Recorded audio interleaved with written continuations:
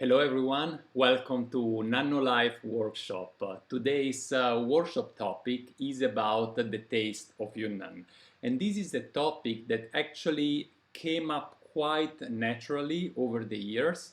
And it's not something that you really find on the book. And in fact, today's topic is not about pu'er. We're not speaking about pu'er.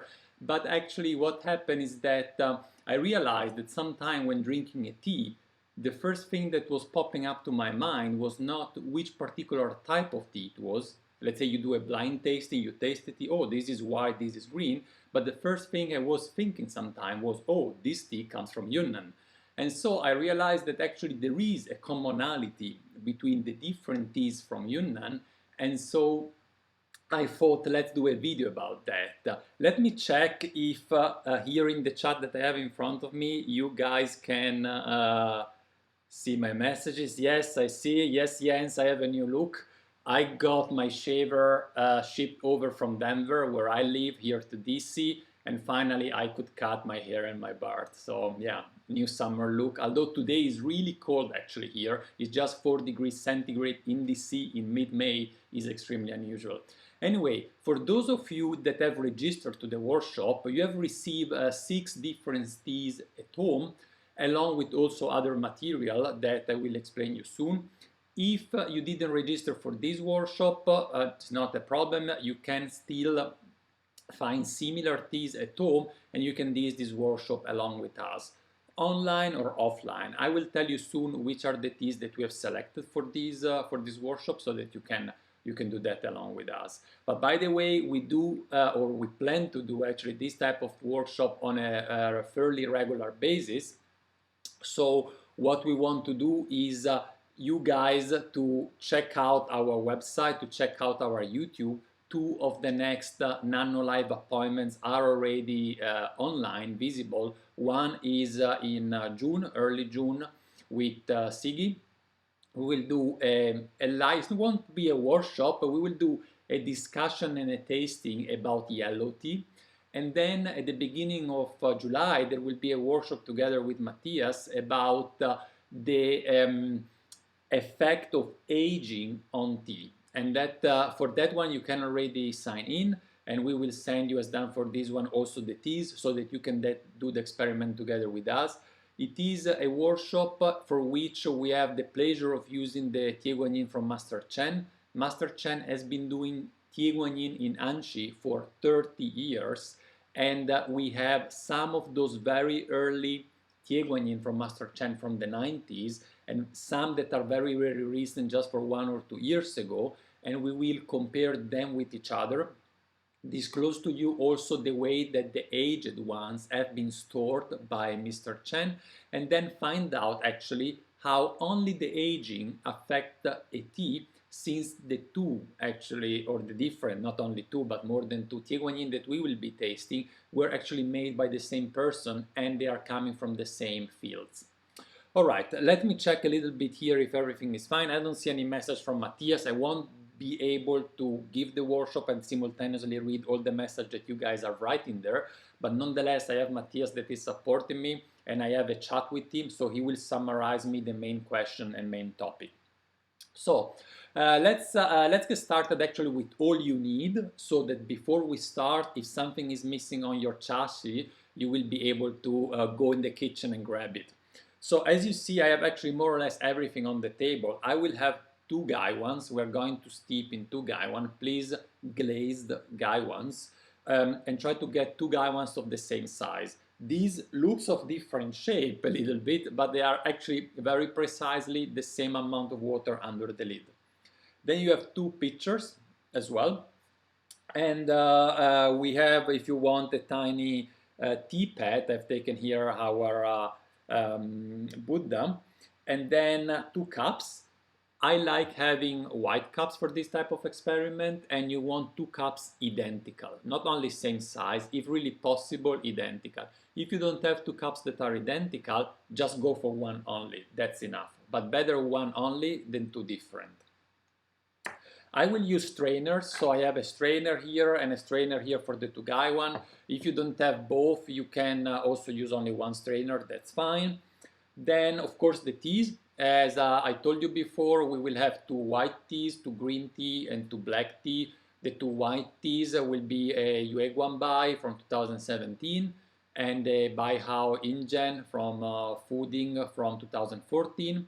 Then we will have YUNSI from Yunnan as a green tea and a typical classical nutty Longjing from Zhejiang. And then we have DIAN HONG, black tea from Yunnan, and we will have Jinjunmei. Let's see, all good, just welcoming everyone so far. That's the message that Matthias is writing me, so everything is going fine. Then we have a scale. If possible, it would be really nice to use a scale so that we can really tune the quantity of the leaves accordingly. Then you need something to put the leaves on when you weight them, some paper and a pen to take note. That's important today. I would really use them. All the teas, a waste container that I keep here outside of the picture. And then I also have these 2 tiny containers here. Well, I will weight the leaves before putting them in the gaiwan. That's important. Don't start already putting the leaves in the gaiwan. We will do that a little bit later together. I also have a watch to check out the steeping time.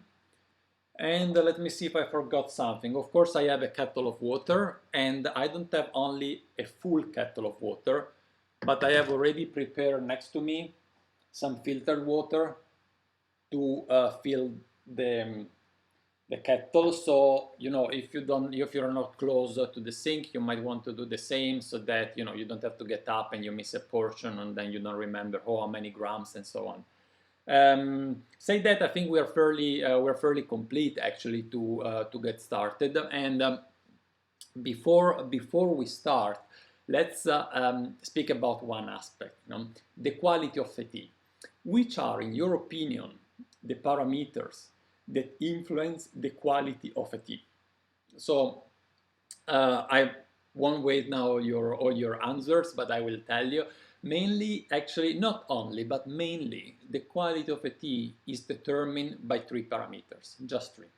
And this is the type of the plant, so the type of the plant, the varietal that you are using for doing it, the terroir, and the terroir includes in itself a lot of different aspects, the soil, the climate, I will tell you a little bit more about that, and the processing, the way the tea has been processed.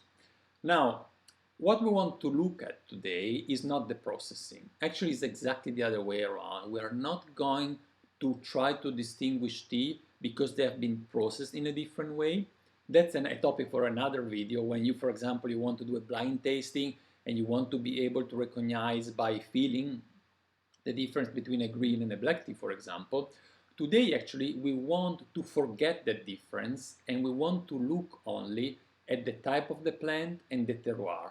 We want to see how the type of the plant and the terroir influence the taste regardless of how it was processed. So to say that, it's also important that really we are interested in both the terroir and the plant. It's not only the plant that we are interested at, and you know that in Yunnan you have this large leaf variety, and there is a different plant, but this is not the only place where large leaf varieties are cultivated.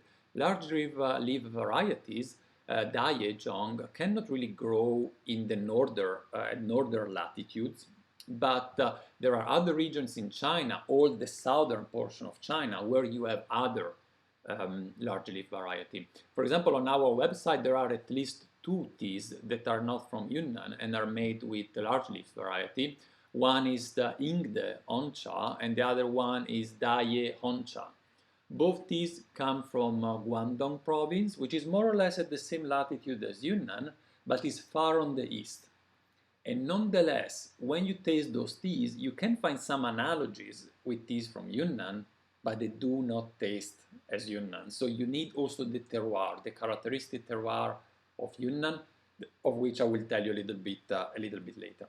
All right, now, those of you that have subscribed on time, registered on time for the workshop, have received also an email from us in the past days with additional material. I hope you have that in front of you. It is a series of leaflets like this. Let me see if I can show them to you. So where are we here? We have the first leaflets. I hope you can see that on the screen is the whole workshop, how it is structured. You see the first point, plant, terroir, and processing. This is something we have already started talking about. You see there is the sign, the Chinese character for the word da, which is big, and for the word xiao, which means small. So big leaf variety, da yezhong, small leaf variety, xiao yezhong, and so on. So these will accompany us as a guidance a little bit during the video. Then we have, let me, oh, I see that I'm showing something wrong here. Sorry about that. I wanted to show you actually this one. And so this is the leaflet about the whole workshop. And the next one here is about steeping time and temperature. Is a little bit some indication. It could be that we adapt it a little bit, but here at least you have a reference from the beginning at which temperature we will steep the teas, and also the steeping time. As you see, we won't steep them for very, very long. We will use relatively small amounts of leaves, and the reason is that for this experiment we don't need a lot of steepings, and second, when you have little amount of leaves, you can steep for a longer time. And when you steep for a longer time, even if the two guy ones haven't been steeping for exactly the same amount of time, the difference is not that big. Think about if you do 3 seconds steeping, and in one you do 3 seconds, in the other you are off and you do 6 seconds. The difference is double, 3 to 6. But if you do 1 minute, and in one you do 60 seconds, 1 minute, and the other you do 63, the difference is almost nothing. So this helps in keeping the two steepings exactly the same. Then we have two leaflets. One is about texture. The one about texture is a series of adjectives, yeah, from light texture to consistent texture, top to bottom, and I have them both in English and German, so I know that many of you actually are from Germany, so that might help. By the way, actually, we are a fairly international community today. We have people coming from the very north of Europe, from the very south down to Greece, so many people actually from around Europe have joined us, and I suggest really subscribing this workshop a little bit in advance so that you can really get the tea on time. The last leaflet that I have is about intensity. I will tell you a little bit more about the difference between intensity, texture. We've done a series of 4 videos about professional tea tasting, so you might want to go and check them out if you want even more information, but I think these will help a little bit us during the workshop. All right, so let me see what I want to tell you. We have mentioned the quality of the tea. Yeah, as I told you at the beginning, and then I will start warming up here some water maybe. As I told you at the beginning, we don't speak today about pu'er. So when you think about Yunnan, and maybe those of you that have seen the title, but they didn't have time to read all the details about the workshop, they thought, oh, today's workshop is about pu'er. It's actually almost the opposite. We don't really want to look at pu'er because pu'er is a tea that is made actually only in Yunnan. So we don't have the opportunity with pu'er to taste the difference between a pu'er from Yunnan and a pu'er from Zhejiang, because in Zhejiang there is no pu'er. So say that that's why we have selected white tea, we have selected green tea, we have selected black tea, because those are made in both provinces, and that helps us for the comparison. All right, so that we have said, there is one additional thing, and if you take the leaflet that you have with the workshop, you see that the second point was Yunnan, pu'er, and so we're not looking at pu'er, and then there is one word. So here you see one word. What do I want to say with one word? Well, you know, we are a community. There are quite a few people that have subscribed the workshop. So I thought, let's having everyone from the community benefiting from this workshop, and let's try to help through the brain of each of us, to the feelings of each of us, to collect a series of adjectives that will describe how East China tea is different from Yunnan. So for doing that, every time we will make a comparison, you will have to focus about not simply the taste, but about the difference between the two teas. And for example, if both teas, let me make an example. Let's pretend both teas taste vegetal. So both taste vegetal, very, very intense vegetal, but that's not the difference. We are not interested in that. We are interested in differences. But think that, for example, the tea from Yunnan tastes like roses, while the other one does not. Then this is something that you want to point out. Rose. Rose in Yunnan, there is no rose in the other teas. But what about if, for example, even one is vegetal? Let's say that the one from East China is vegetal, and the one from Yunnan is extremely vegetal, very, very vegetal. Then it is much more vegetal than the other, and we want to point that out. Say that we have 3 types of tea that we are tasting. Every time, if you want to participate, of course, there is no mandatory in that, you have to think about only one adjective that characterize the difference between the two tea. So what Yunnan has that the other one don't have. So we want to describe Yunnan tea in comparison with the other. And you want to write that in the chat so that we will collect all this information. Matthias is there, he will write them down, and then we will summarize them in the description of the video below. And if you're watching offline, please participate as well and put your comments and your adjective in the comments below the video. Now, it's very important. We don't want tons of adjectives for you. We want to have just one adjective, very hard, I know, one adjective for each of the Yunnan tea that we will be tasting, and point out the differences. So not simply describe it, we want to look at the difference. And you will write something, I make you an example right now. You can write something like, for example, YUE GUANG BAI, and if you write capital letter is even better, more vegetal. Something like that. You write like that, so it is in capital letter, and you have seen actually the message before hearing my voice, but I mean, it will you will understand that soon. So I wrote there all of that. So now that you understood, because I explained it to you, what does it mean one word? Now let's before we start, let's speak a little bit about the process that we are following in this workshop. So what we will do, and you see a few words here, maybe for those that don't have the leaflet, I will try to show that here. Tac, tac, tac. Now you should see. You see there is more or less at half of the page, it's written warm, shake, smell, feel and taste. What does that mean? So we want with every tea to warm it, to shake it, to smell it, to feel it, and to taste it. And we will do the same for each tea. So that's why I also told you don't put already the leaves inside. We will warm up the guy one first. Then we put the leaf. We shake the leaf. We smell the leaf to see how the aroma of the tea is. Then we do a steeping. We feel the tea, and with feeling I really mean the tactile taste. So you want to not touch with your mouth and have a feeling of the texture, right? This one here, you want to understand the texture. It's all about a tactile feeling. It's not about taste, it's not about the smell, it's about the tactile feeling in your mouth. And then we will taste it and we will disclose the taste. So if you want, we are going to experience the tea with at least 3 different senses. We want to smell it, we want to feel it, and we want to taste it.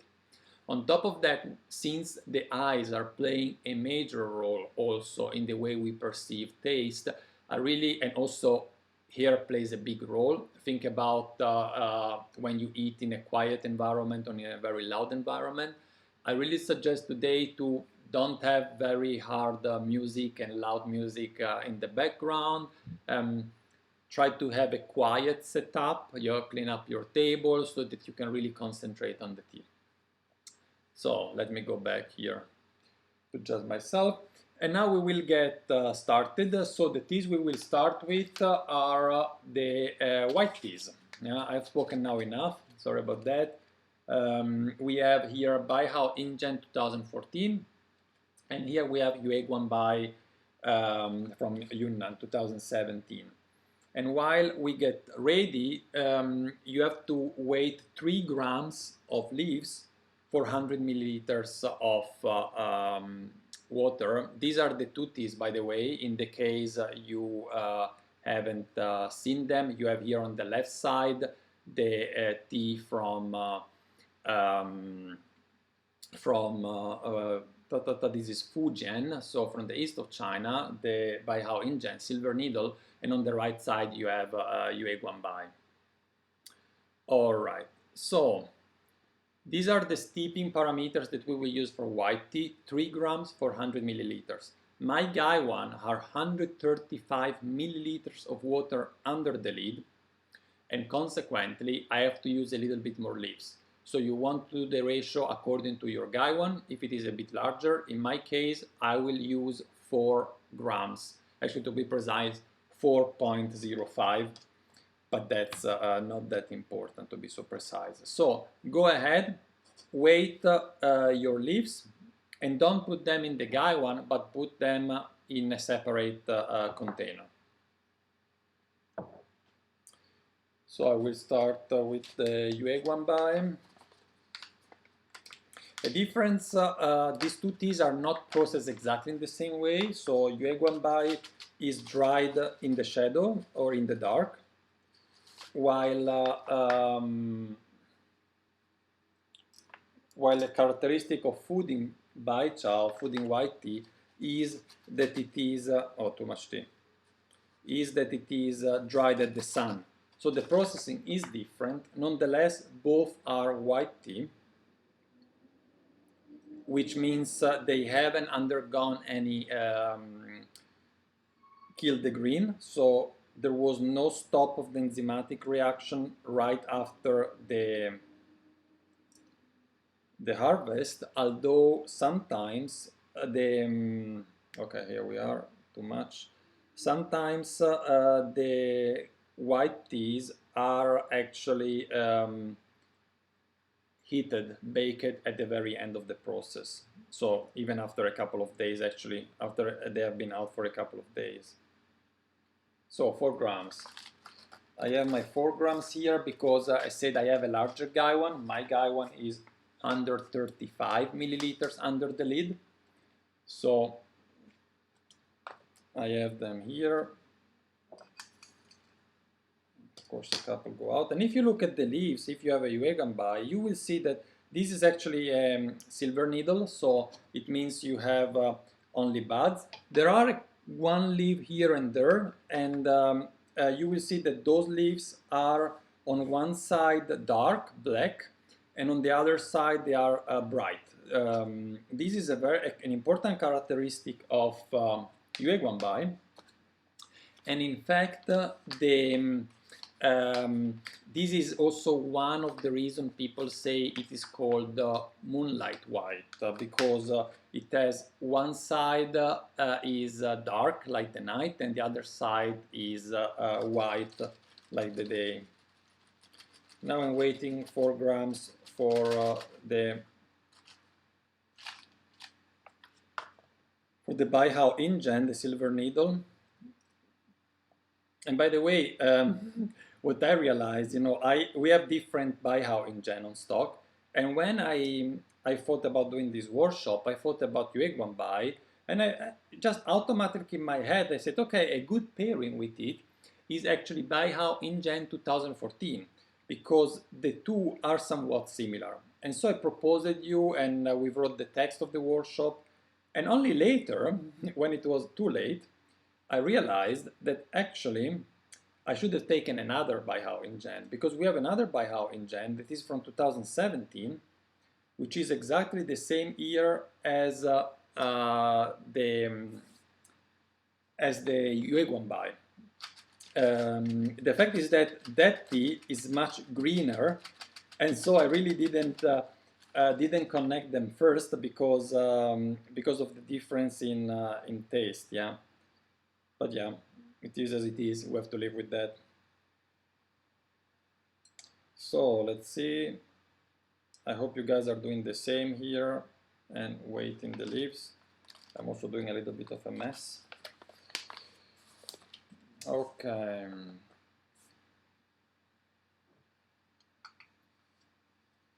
Here we go. So my teas. When we do this experiment, it takes a lot of space actually. This table is big, but let me clean a little bit up. So now, if you take, for example, the picture that I showed you before.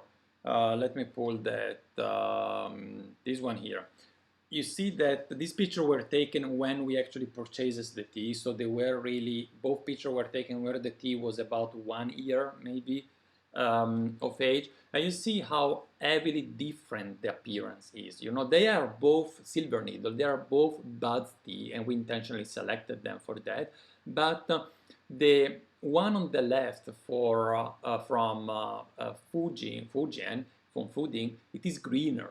It is greener. The other one has, it's very difficult to describe the color, I find. It is somewhat between yellow, golden, brown.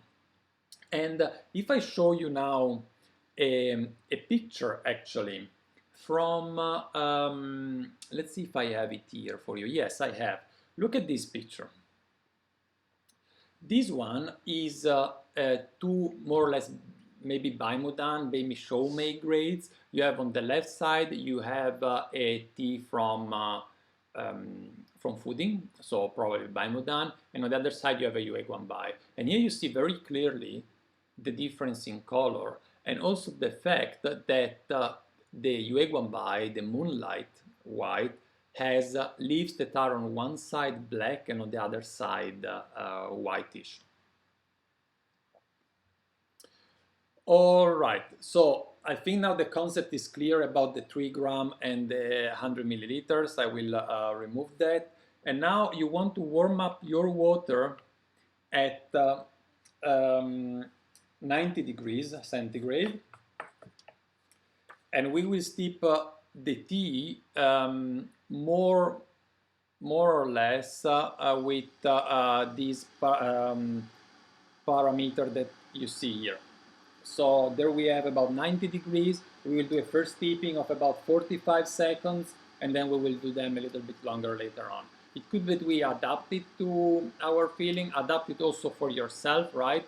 It's just important that we do steep all the teas with the same time and with the same temperature. So I have them here. Now what we said, the first thing we want to do, we want to warm it. So we will warm it and then we will shake it. It's 90 degrees.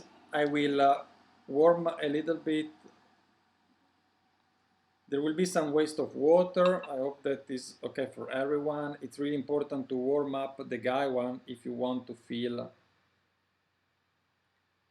I'm feeling them almost completely actually. Let's say half maybe, to make sure they are both warm. And I will use the same water also to warm up the pitchers and keep the gaiwan closed so that it remains warm. Here we go. So I haven't received any message from Matthias. Matthias, I hope everything is fine out there. Send me a message from time to time so that I know everything is working fine. I also pour some water in the cups, and if you want, you can actually drink it. In China, people don't drink cold water. They tend to warm up the water even before drinking it. Exactly the opposite as in the US, where people here put ice in every beverage.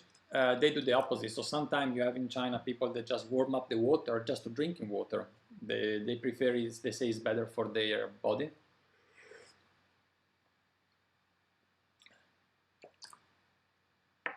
And since today is so cold, Although actually the sun is shining, it's like a kind of greenhouse effect here in this living room in the morning. All right, now that we warmed it up, we put the leaves in here. I have on this side the YUE GUANG BAI, and here I have the Bai Hao in Jan. These we don't need that for now, so take them off my way. And let's see. All right, so now we start with the YUE GUANG BAI. I just shake it.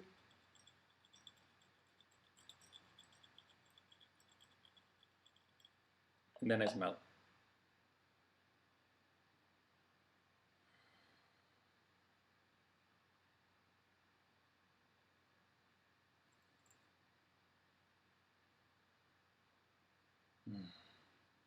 Sometimes I really prefer to warm up the guy when shaking it and smell rather than doing a first quick rinse and then smell it, because with the rinse you get really very intense smell out of it. Sometimes to me too intense to really realize all the nuances, while in this way it's right at the right level, so I can really put my nose in there and smell it all without having my nose saturated. Now I'll do the same with the Bai Hao Indian.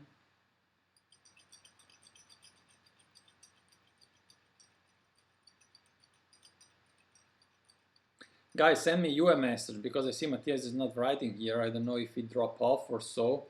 Maybe he had some issues, because I haven't seen him online for 20 minutes. So can you hear me well? Everything is fine? Give me a feedback.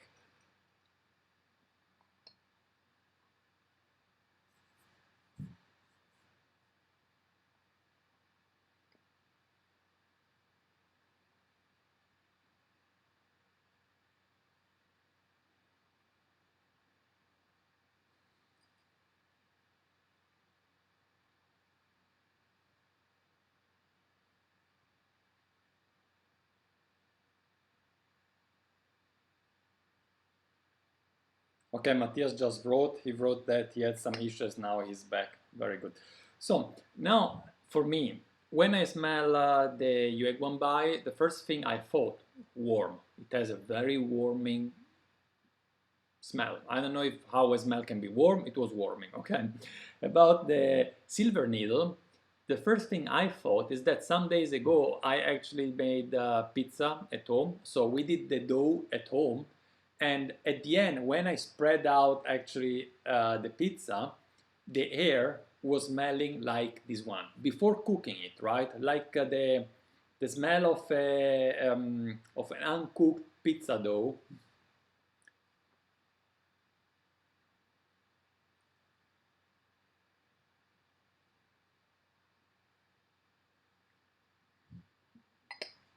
And share your thoughts about if you're doing that with me. Oh yeah. And also the YUE GUANG BAI has more aroma. It's more intense, has more aroma in there, warmer, intenser. Yeah, that's definitely the thing. And I have some information here about the two teas that I can tell you. So as we said, the Bai Hao Indian is from 2014. It is a tea that comes from Fuding, which is in the northeast of Fujian province. The name Bai Hao Indian means white hair silver needle, and the cultivar is Fuding Da Bai Hao. There are different Da Bai Hao cultivars, and they put the name in front of it of the city that is where actually that cultivar is mostly cultivated. So in this case you have Fuding Da Bai Hao, but you can have also a Fu'an Da Bai Hao, for example, that is more in the Fu'an region, which is somewhat maybe 1-2 hours drive west of Fuding. The YUE GUANG BAI comes from Fengqing in the Linzan prefecture of Yunnan. It means moonlight white. Spring 2017 it was harvested, and the cultivar is Jinggu Da Bai Cha. Now you see that also here there is the word Da Bai in the cultivar itself. It's not Da Bai Hao, it's Da Bai Cha, And then they put a name in front of Jingu that is also the name of a place. So at this point we will start the steeping. I will warm up my water to 90 degrees and then we will get started. It will take a little bit longer now with the first tea because it's the first time that we do that, and of course then with the black and with the green we know what to do and we will just go straight and do everything.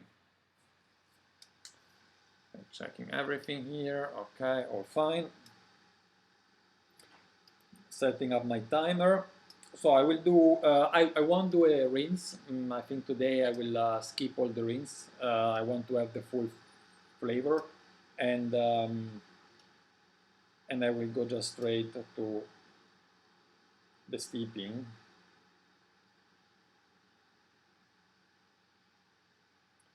We said 45 seconds. Actually, I can use also, I realize I can use also the watch of the computer here.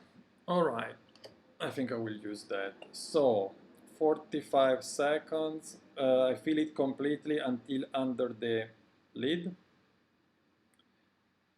And I wait 15 seconds between one and the other. That gives me enough time to pour the tea out. I will use a strainer because I don't want small particles to end up in the pitcher. So, perfect. Realize I have already to probably put a little bit of water in here.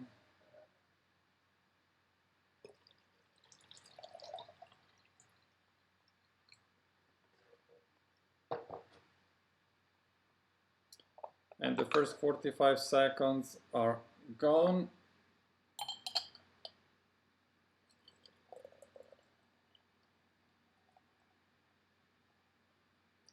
And now I do the other one.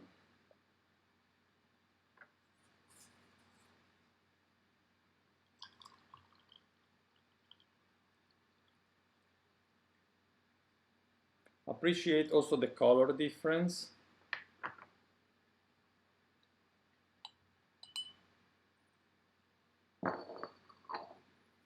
All right.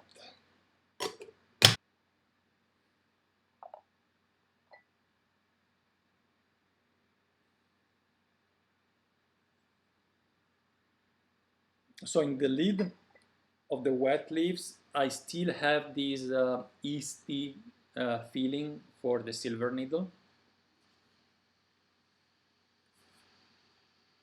I will now, so what we have, this we have done, okay. You want to have your, if you want, your texture and intensity leaflets in front of you. I will put, I have no space here, I will put them here, let's do like that. Just to help me a little bit, if needed.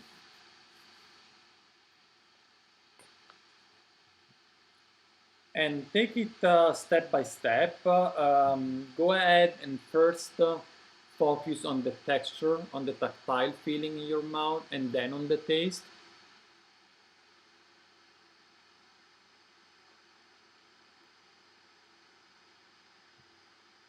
The color is very similar. I can see it much better now in the white cups, and it is really a little bit more brown yellowish, the one from the YUE GUANG BAI, from the Moonlight White, but otherwise very similar. If we would have steeped both tea from the same year, the silver needle would be even greener, yeah, in color also.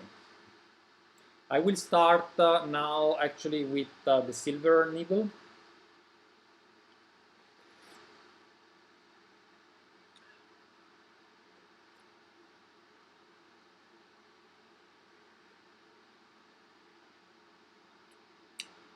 It's still quite flowery for being a white tea, of course. Yeah, it's not like a dancong of a low baked yencha that is very floral, but it has a faint florality.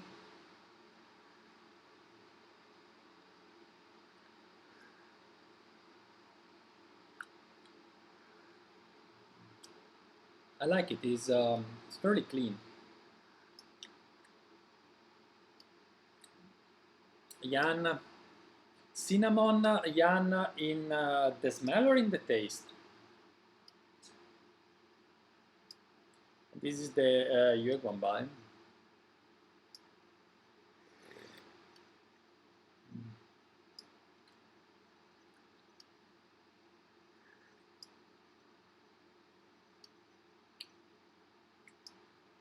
Even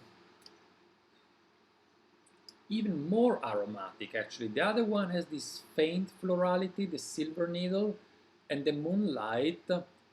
It has some florality as well, but it's more intense. Yeah, it's like those were more white flowers, and there are more colorful flowers. And it has more of a cooked taste, maybe like steamed bamboos, bread. Hmm.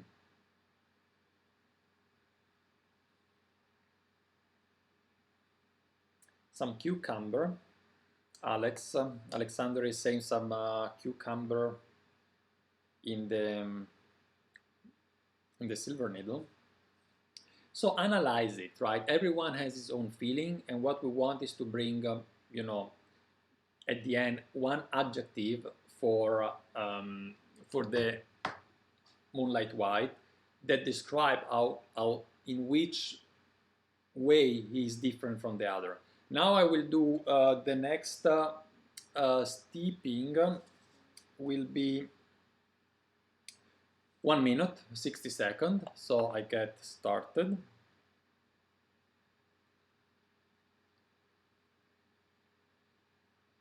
And I always wait 15 seconds between the two so that I don't have to hurry up when I pour the leaves out. I am drinking alone here, so I won't be able to drink every time the whole guy one. Otherwise I will get tea drunk by the end of the video. So I will waste a little bit of the tea. And now I realize that my waste container is not large enough, so I will have to quickly go in the kitchen and empty that.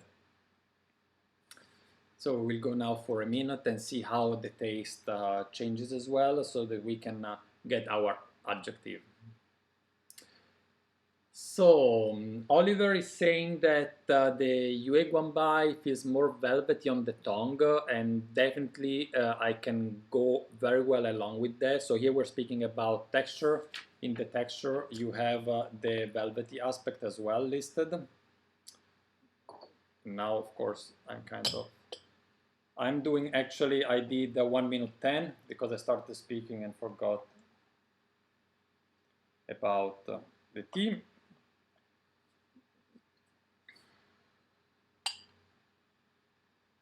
So not only forgotten brew, forget the tea, but also myself.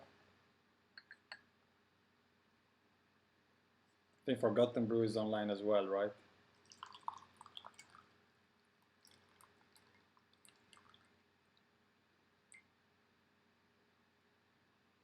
So forgotten brew, don't forget your brews. I always like to let the liquor cooling down a little bit before tasting. I keep on saying that because it's really helping me to better discern the different taste nuances. So Jens is saying slight taste of bamboo in the YUE GUANG BAI too. Yeah, I can follow that. And now that you said that, it reminds me a picture of when I was in the tea field in Fuding, and there are actually bamboo forests there. There are bamboo forests, and they were also harvesting the bamboos, and they were one farmer was drying all the bamboos in the yard for eating them afterwards, for cooking them. And about the texture, for me, I would perfectly agree with the velvety feeling in the YUE GUANG BAI. And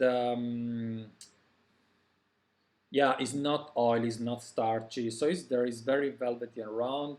And the other one, it's between velvety and clean. So I see for me a purity difference. So the YUE GUANG BAI I mean, is not a rough tea, but in comparison with the Bai Hao Ingen is a little bit rougher. So I will start again with the silver needle here. It's got some strength. It's more vegetal now for me.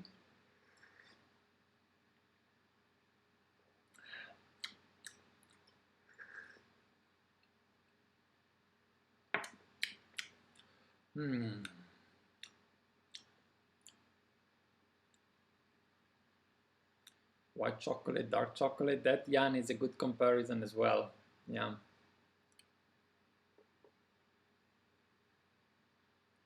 We have also Semi Milano that is writing cinnamon. That's also interesting. And now I have the Moonlight White.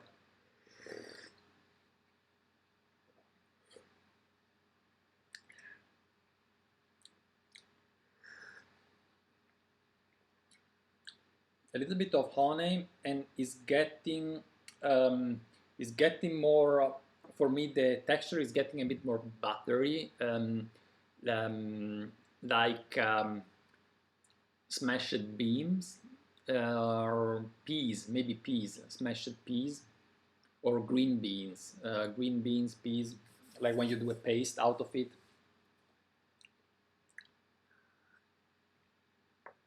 And I say that, as I told you, unfortunately, I picked up the silver needle from 2014.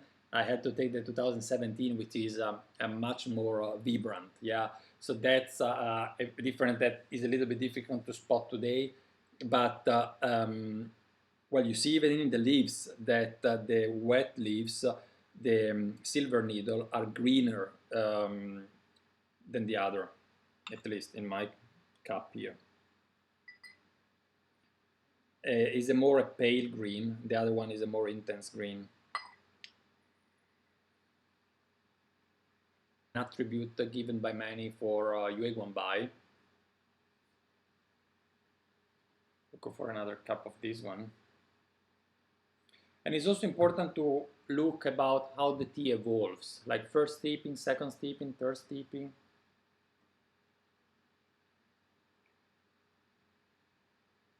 You also feel that they have been steeping for the right time, right? For me, yes, the right time, and not only the same time. So there is no difference in the preparation. I feel that one is a little bit thinner than the other, or so.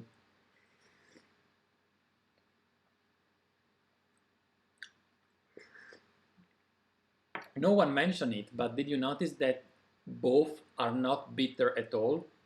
Any one of you is tasting any bitterness out of those? Maybe I'm just used to bitterness, but to me, zero.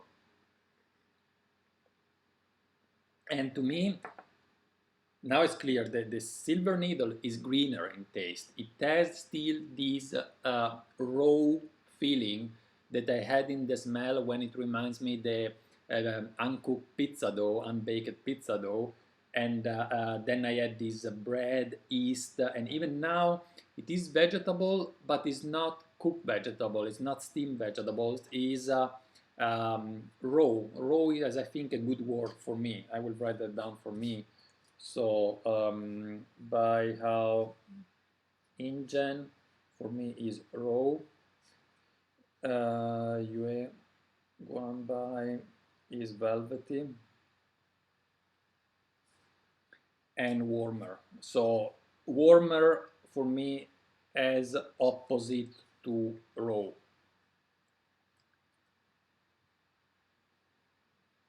Yeah, Jens also. Yanis from Berlin. Nice that you are in there. Yanis, are you drinking alone, or are you drinking with your partner? It's good if you have someone to drink with. Caroline has just gone out. It's cold outside, but the sun is shining. And I told her, either you join us or you just go out because I don't want to be disturbed. So I kicked her out of her flat.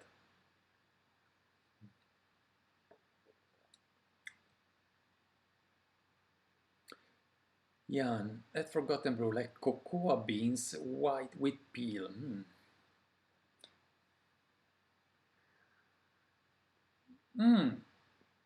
Yanis, I like that. Smoky dried fruit. And we have the smoky aspect that comes out here for the first time. And I want to write that down because I didn't think at that first. Is not a smoked tea, but with respect to the silver needle, it's definitely more smoky feeling, rougher feeling. Drinking alone, everyone else is in the sun. So you see there is sun also in Berlin. So guys, I'm going to do the last tipping here. Now, what do we want to do? Do we want to, since we are doing only three, we can do, a little bit of a power tip and we just don't care about the last time that I gave you. I wrote here 75 seconds, but I mean, we can do a couple of minutes. And in the meanwhile, or maybe I wait to fill the guy one and then I have to empty my waste container that is already overfilled here.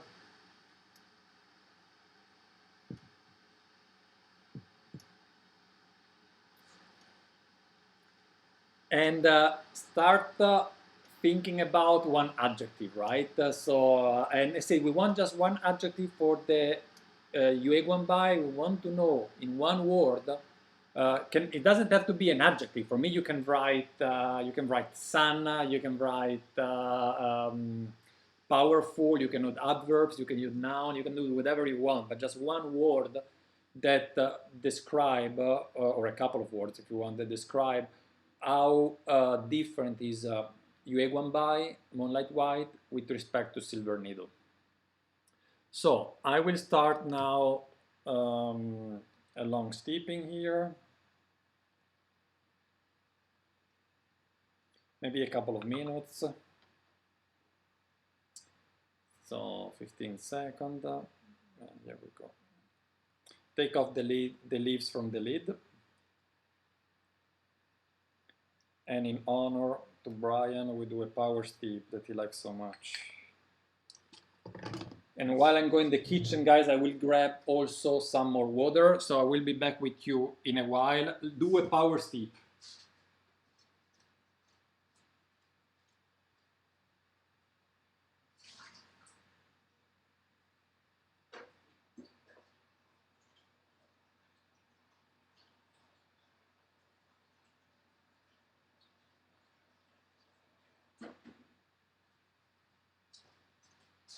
All right.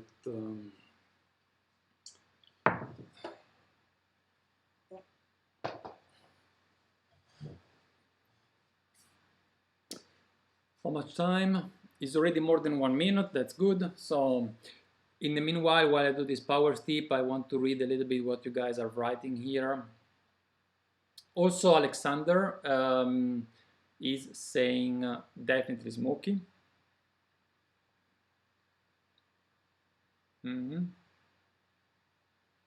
Matthias, smoky, a hint of it. So it seems that we are agreeing also on the smoky aspect. So far we had the velvety and the smoky that really comes out of the group, of the community here.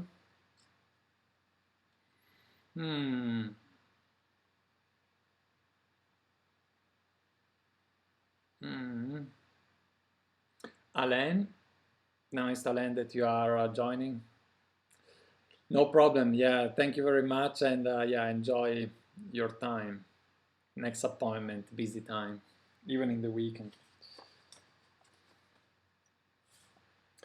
What about the intensity? Yeah, maybe we should wait the power steeping. We have the intensity leaflet here. I will show you that in here. So you see you have the intensity. How would you put them? Yeah, and what you have also to keep in your mind is that this tea, the silver needle, is 6 years old. This one is just 2 years old. And you see, nonetheless, you wouldn't say that. Yeah, now maybe you can understand why I picked those two without thinking about the harvest day, because from the feeling, actually, this one You can even describe as a medium-aged white tea, the YUE GUANG BAI, although it's actually just 2 years old.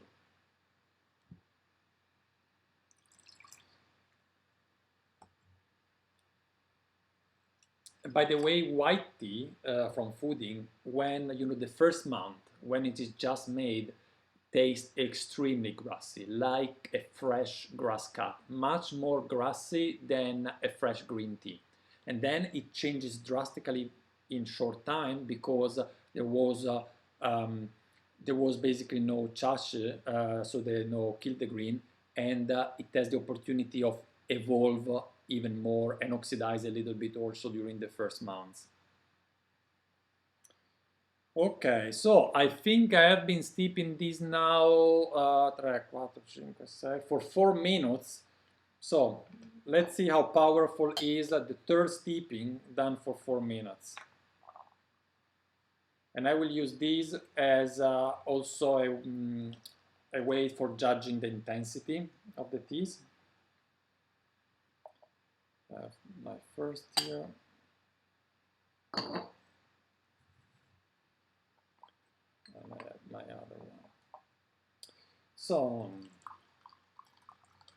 now the color difference is quite more prominent.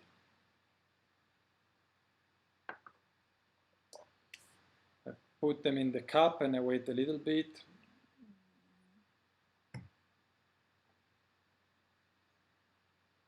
And then it's time to move to the next tea. Let me see, guys, what you're writing. It's hard to compare the intensity since the character is so different between the two. Hey, Tea Mania is online. Deets from Tea Mania. From those of you that don't know Peter from Tea Mania, he's actually a friend of Matthias and myself. Tea Mania is a tea shop based in Switzerland, based actually in the first village where I was living when I moved from time to time and drinking tea. So very glad to see that Tea Mania and Peter is online as well. He actually has been traveling to Yunnan recently also to source puer as well. So, there are a lot of commonalities between nannuoshan and Tea Mania. We both enjoy direct sources. Whenever we can, we travel there and get the tea.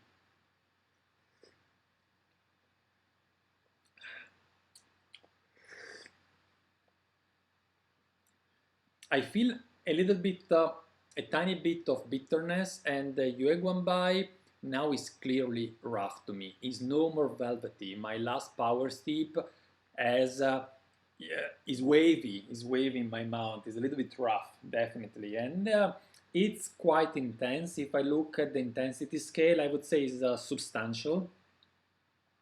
I still feel it.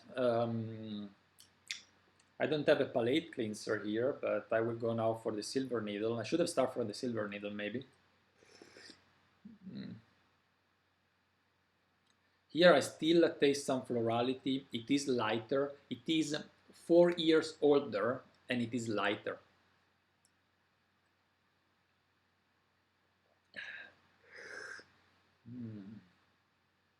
It's have even a milky, a little bit fragrance. It's less rough, less bitter. So I'll definitely, on the YUE GUANG BAI side, for me, I will write rougher.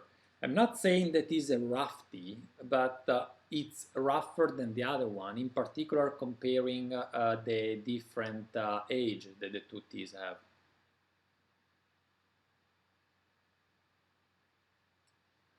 So, okay, now I'm just reading that Gisella is here as well. Sorry, I'm reading everything with a little bit delay here.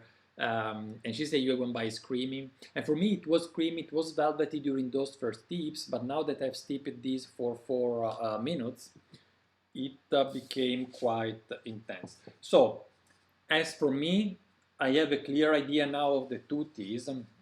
I just decide one adjective. I will wait a bit to think which one to use and think also for you. And whenever you're ready, please just write YUE GUANG BAI, and then in capital letter the name of the adjective that you want Matthias to write down.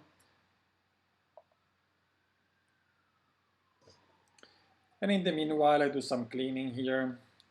So, let me tell you a little bit more of information. I said YUE GUANG BAI, one of the big difference with silver needle is that it is not dried at the sun. Another difference, of course, we said is the cultivar is a different cultivar. The terroir is different, but white tea in Yunnan has been done for quite some time. It's not a new tea, you know. I mean, everyone think about pu'er as coming from Yunnan, but it is said that white tea has been done in Yunnan for about 200 years, and I would bet even longer than that, because it is such a simple way of doing of processing tea. By the way, I have now that I'm thinking, 10 years ago when I was in Yunnan for the first time, I remember we were drinking tea at a farmer, and then I had enough of this bitter pu'er, was super bitter. I went out, we entered the next door, and in the next door another farmer offered us a single tree white tea. He just used the leaves from a tree that was in his garden, and laid the leaves down in the shadow indoor. They were still there actually to dry on a mat in the shadow inside. And of course it was not this appearance. It was looking like a matcha pu'er actually. Just because it's simple, right? You just harvest the leaves, you spread them, and more or less you are done.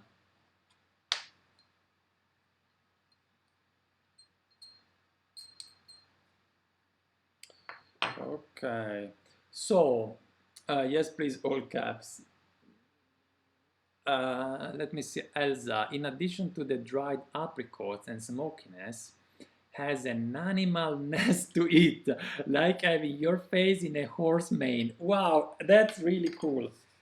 It's animal. I like that, animal. Right, that's it. Yeah, and Matthias write how poetic and wild, and we get this word now out for the first time today, at least in the chat that I was able to read so far. Wild. That's the word I always use to describe the taste of Yunnan. For me, it is wild. This one is not as wild as other, because it's a white tea. And I like a lot the wilderness of Yunnan. Not only the country, the province is wild, it really is. Hopefully one day we will be able to do also a tea tour to Yunnan. Who of you would come with us to Yunnan if we organize a tea tour?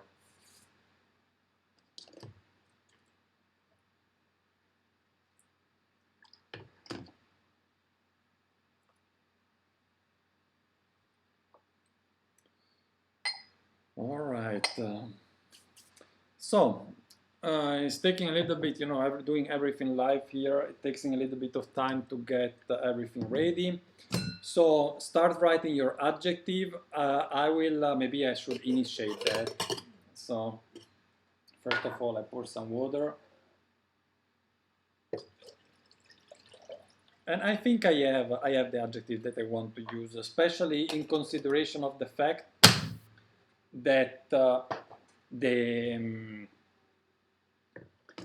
consideration of the fact that the YUE GUANG BAI is so much younger, so should still feel in the mouth very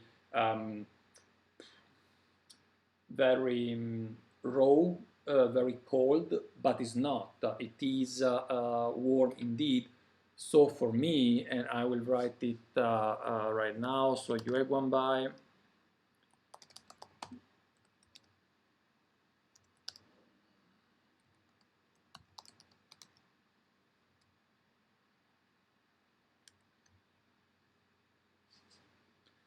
I wrote it. So I have YUE GUANG BAI. I wrote is warmer. For me, it's definitely warmer than the other one.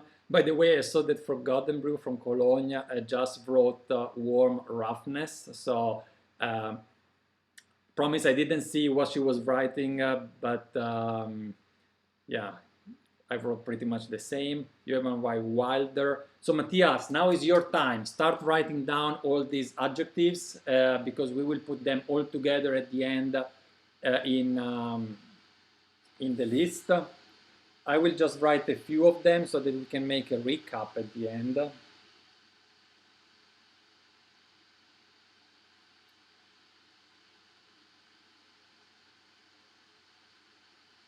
What we have, warm, rough, wilder from Yanis.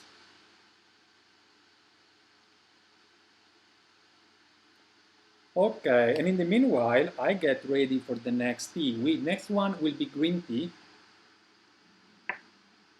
So, for green tea, we will use a little bit less leaves.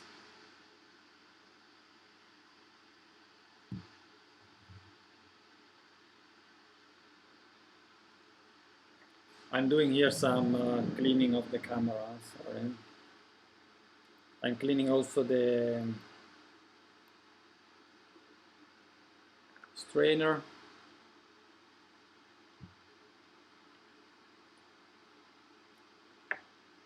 And you know, when you do this workshop and you don't meet in real person, it is a little bit harder because we cannot see each other.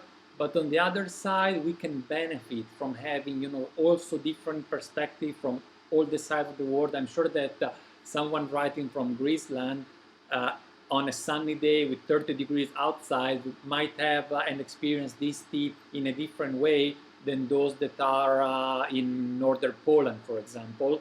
And nonetheless, we merge everything together and we can decouple a little bit the feeling from the particular location or the particular culture.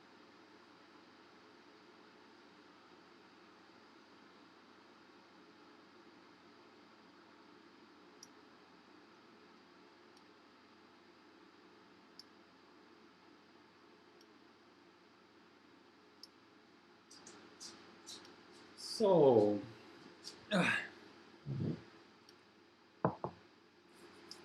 so you have the quantity there. Get ready for the green tea. We need 2 grams for 100 milliliters. I have Guy ones that under the lid have a capacity of 135, and consequently I will take 2.7 grams.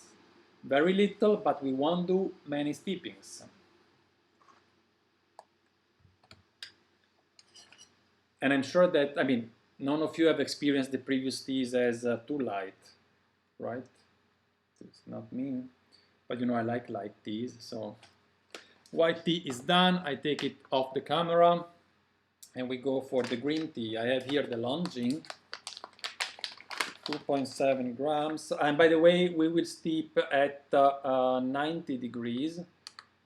So, sorry, 80 degrees temperature. You want to cool down a little bit the temperature.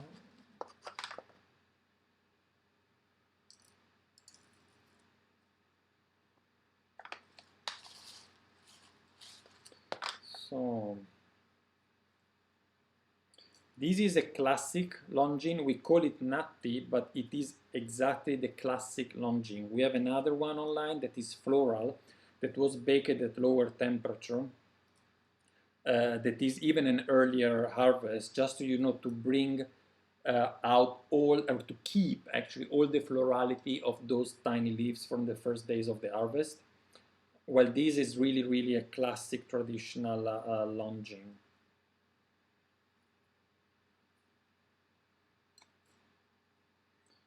Two 2.5, 2.6, almost there. Want to do it precise. 2.8 now, too much.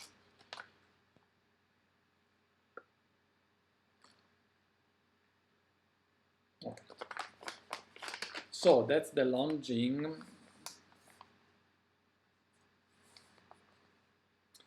And I have to look here. People agree a like hint of old Sheng.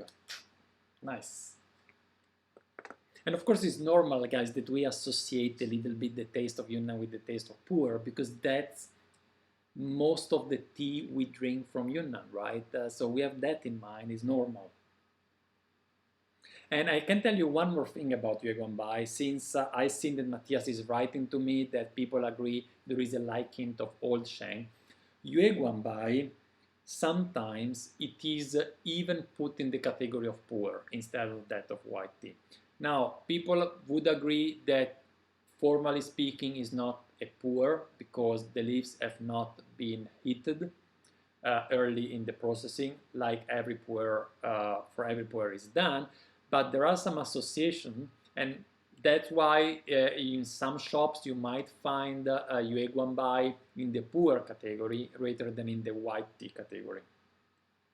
So I have my two containers here. I put the Longjing in one, and now I wait the other one, which is YUNSI. And why I do that, I will show you picture of the two teas. These pictures were taken right when we received the teas. So they were all taken, the one from Longjing last year, the one from YUNSI 3 years ago. And you still see a very clear difference. If people wouldn't know what they are looking at, they would say that on the right they have a matcha shampoo, probably.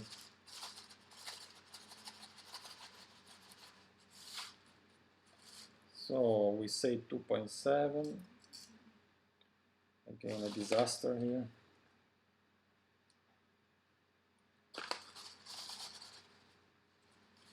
You see that the YUNSI have also quite a fairly amount of buds here and there. You see the hairy, fuzzy buds. So despite the size of the leaves, is actually a relatively good pluck. Just that the leaves are larger. Okay, almost there. So look at these. Well, I don't know if you can see that, but I keep it on the side. I will show you soon one of the buds. Okay, here we go. I have my 2.7 grams for 135 milliliters gaiwan. I keep on repeating it because I know that last time people say they were not able to follow exactly how much quantity to use, which water temperature, because I was saying it only once. So now I'm repeating it all the time. We are steeping 2 grams for 100 milliliters and at 80 degrees. My water is too hot. I have to get the lid off to cool it down a bit. And here, for example, you have one bud. Oh, I see. You don't see myself. Sorry. Yeah. You see on my face the one bud here. All right. So this is done. I like to steep green tea with an open lid. Up to you, as you like. Let's clean the strainer. Okay. Now I will use the water that is still a little bit hot to warm up my gaiwans. Should be still a little bit warm, but I want really to get all the fragrance out, so I will warm them again. Let's put some more water. All right. Using a lot of water, but for this kind of experiment, especially when you do them alone, is a little bit unavoidable because you are not going to drink 3 liters of tea alone. So this guy one is warm. I will always use this guy one from the tea from Yunnan, like that.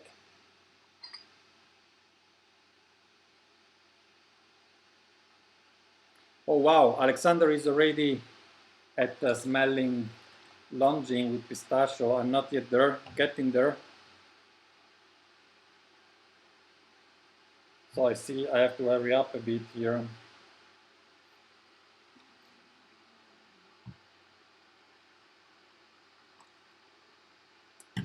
So, and you know the process, so we're going to warm it, shake it, smell it, feel it, taste it.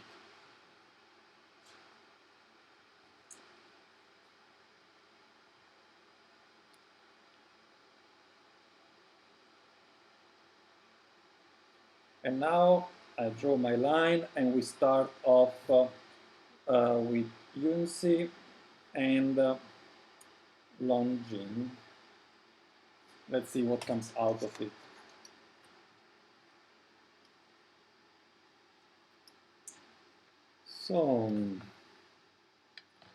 So I would love to give you a lot of information about these two teas, but as a matter of fact, well, longing is quite famous.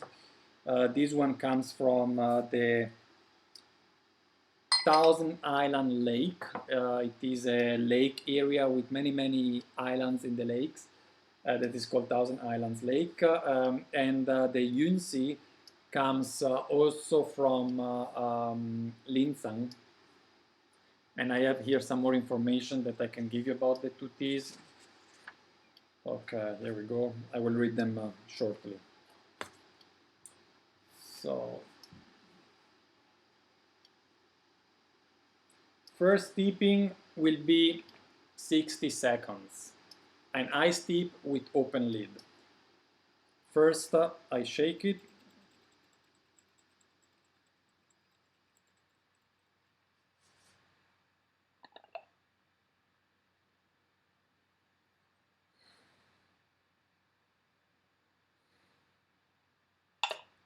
Is an interesting YUNSI. For me, is an interesting combination of smokiness and florality.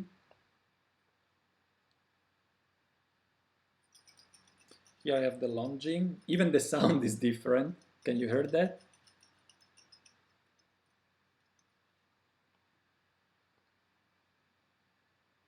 $80 water. So I will go now for my 1 minute steeping.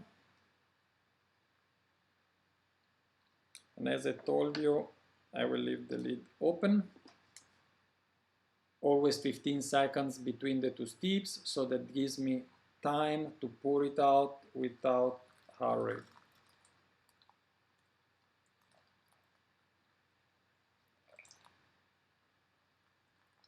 All right, here we go. One interesting difference, you can see it probably from the camera. Longing is floating, YUNSI is on the bottom of the guy one. Forgotten Brew is writing, yes, definitely nutty with a slight creaminess. Yeah. For me, that nutty taste of baked nuts is so present. Yeah, warm, nutty. So, wait, I have to, oh, it's over, you see?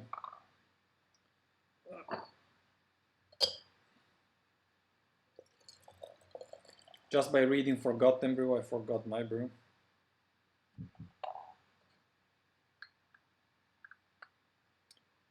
Here we go.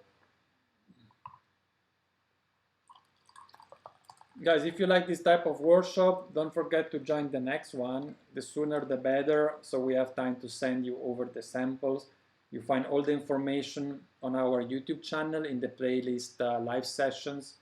You see it already in there. About the effect of aging on tea, and you also find more information on the event page of our website.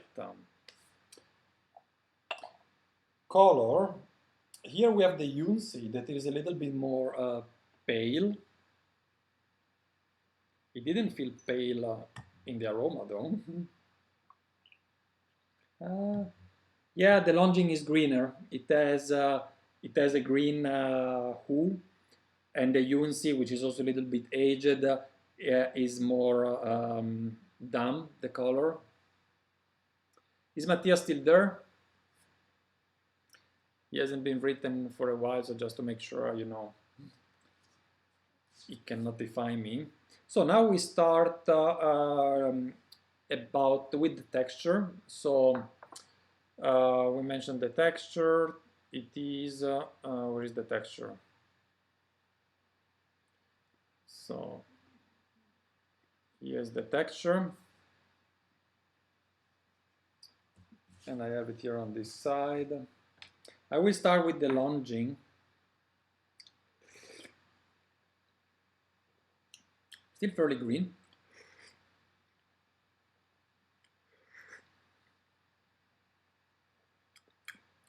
Less nutty in the cup than in the aroma.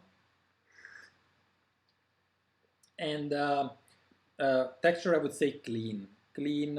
It's not watery, but it's also not nothing more than clean. YUNSI.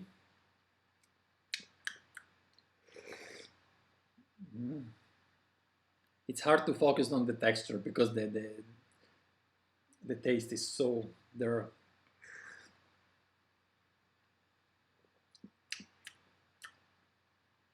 Crisp. I would say crisp mineral. I like mineral. I would say mineral to YUNSI, and it has today it has such a fruity taste to me. It wasn't the case a few days back when I had this tea.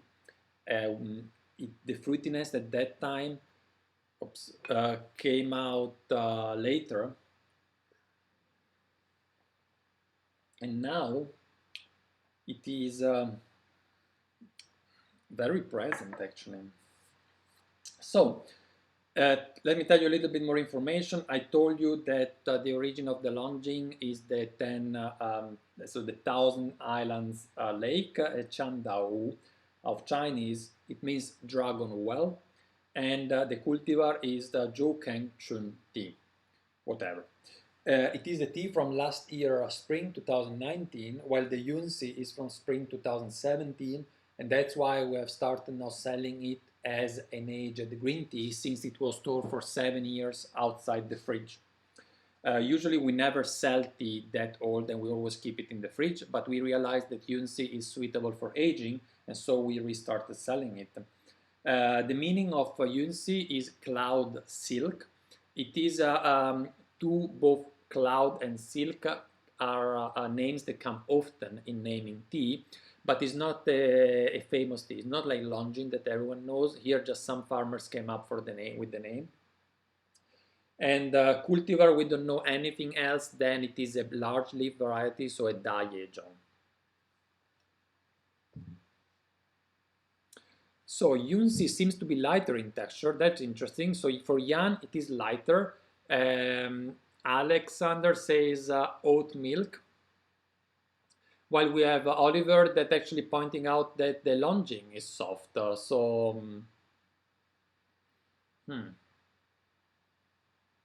some people feel lighter the Longjing, others feel lighter the YUNSI.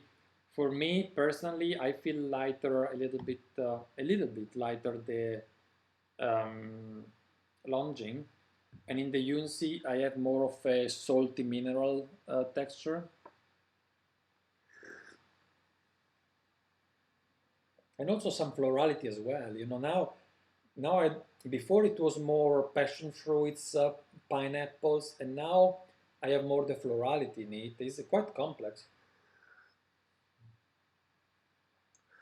What about the smokiness?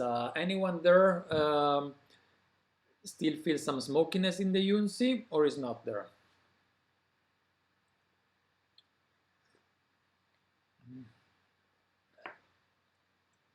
And by the way, after having drunk the YUNSI, if I go back to the Longjing, then it's really clearly nutty.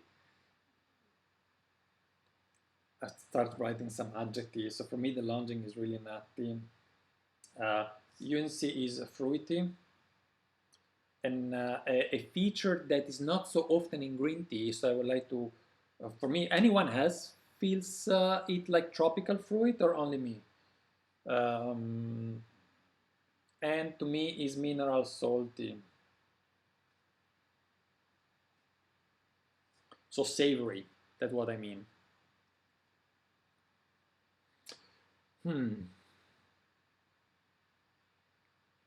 Longjing is more intense in taste, but is more thick, right? And the thickness is texture. Look at the color of the leaves as well. The YUNSI looks like a shampoo. Just smaller leaves than usual, but very, very similar. While the Longing, I mean, is very green. Okay, I will go for another steep. We have other 60 seconds. My guy, when it's 77 degrees, I think it's fine. I will steep just at that temperature for about a minute with open lids. I always wait my 15 seconds because it takes longer to pour the tea out than it takes to fill the guy one. And here we go. Gisela is writing exotic fruit salad with papaya and ananas. So you see, I'm not alone with the tropical fruitiness. Yan, it have this milkiness to it. Baked dough, nutty, this baked. Look at this. One, I have to watch at the time here, because I know if I start speaking, you know how it ends up. I have to empty these. And now, 1 minute goes so fast.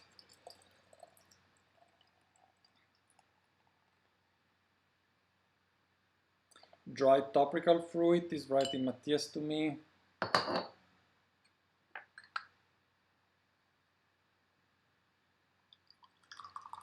But the difference now is even more prominent than before.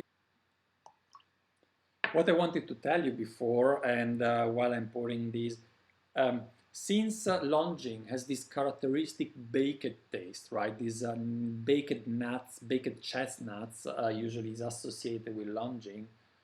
Don't you feel also that while the Longing have the feeling of having been baked in the oven, is not, was baked in the wok, but nonetheless, you don't have that feeling that it is more like a oven baked feeling, while the Yunsi gives you a little bit more the feeling of a charcoal baked.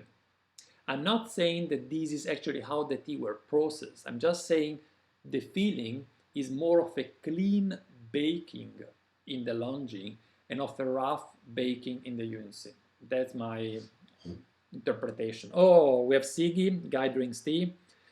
Is online. Great, Sigi, welcome.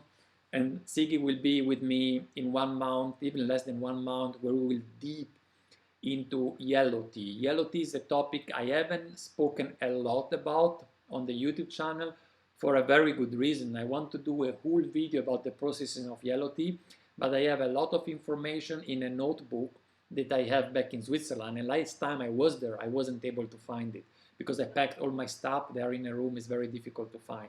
I really need those information where I recorded all the steps of yellow tea processing, including temperature, times, and everything. It's a very complex process, and I spent 2 days in a yellow tea factory just to learn how it's done. And I don't have all that information in mind because it was back in 2014, and I really need that information. So Sigi has proposed to do something about yellow tea, and we have sent it over to him some tea, also because during the last video we made the tea game and Sigi won actually a pouch of yellow tea, and so we just used the opportunity for the topic. You find it already on the YouTube channel. So now back to our tea. Gisella, Longing like shortbread. Mm-hmm.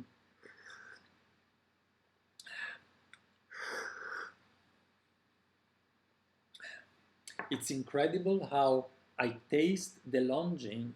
It tastes to me completely different if I taste first the Longing and then the Yunsi, or the other way around, when I go back to the Longing after the Yunsi.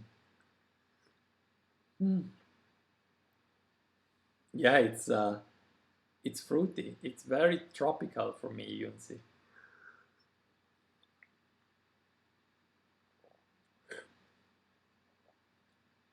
tiny bit of bitterness, roughness to it.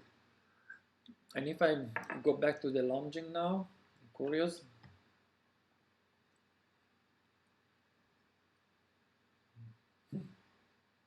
The baking, the nutty baking comes much more out after the YUNSI to me. Dimitri is online. Great. And Henning, I've seen Henning also before. Henning is right now in the NannuoShan studio because at the beginning of the month we have to do all our bureaucracy and accounting, and he's helping us with that. And I guess, Dimitri, you are at home, right? So guys, I am a little bit not following anymore here the chat. Let's see what Matthias has written to me.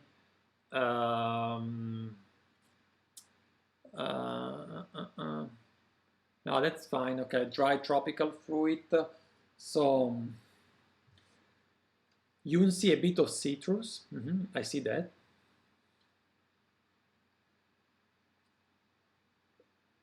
Giselle, YUNSI like Italian orange limo.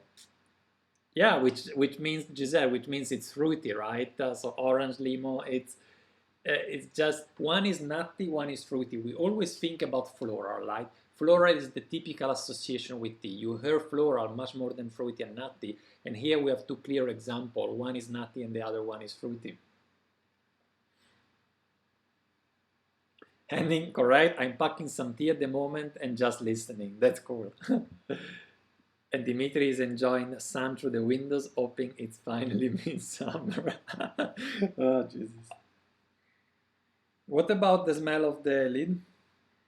And now you know what? Before I warm up the temperature again at 80 degrees, I will do then power steep, and then we have to switch to the final tea, the black tea, because our time is narrowing towards the end. We want to keep this within the 2 hours as promised. Strawberry, lunging strawberry in my empty cup. That's the point. Empty cup, I'll do that. I had a strawberry smoothie, homemade strawberry smoothie this morning, and it reminds me, Jan, the freshness of that smoothie.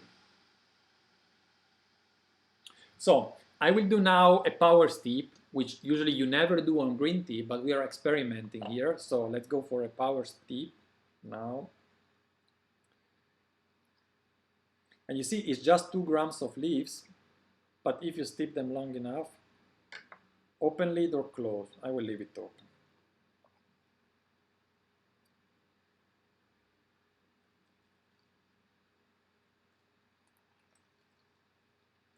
And while the power steeps go on, if you feel already, you can start with your adjective. Remember, we will write them down if you write everything in capital letters.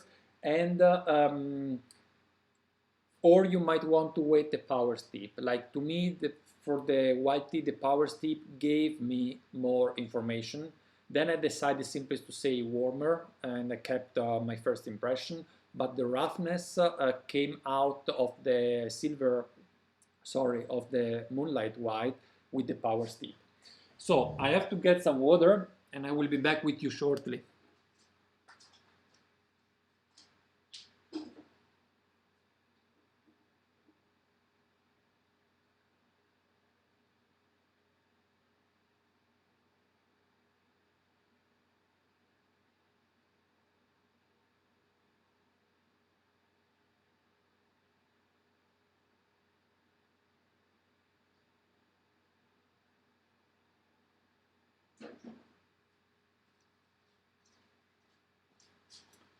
All right.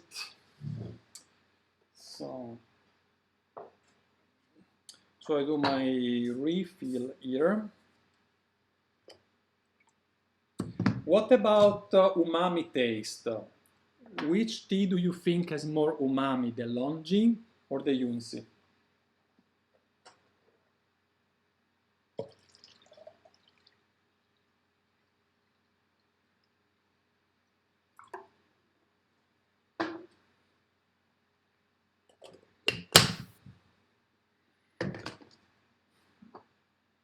For the black tea, we will go to 90 degrees. If you want to start preparing your water, 90 degrees.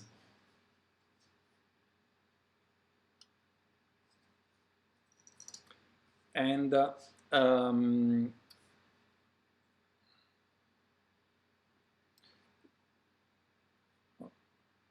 I saw there is a mistake actually. The black tea we want to do 3 grams, not 2 grams. So I just remove the writing.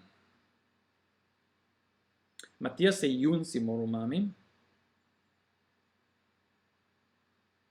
YUNSI, Jan says apricot, you see, very fruity. And Alexander says both are very low in umami.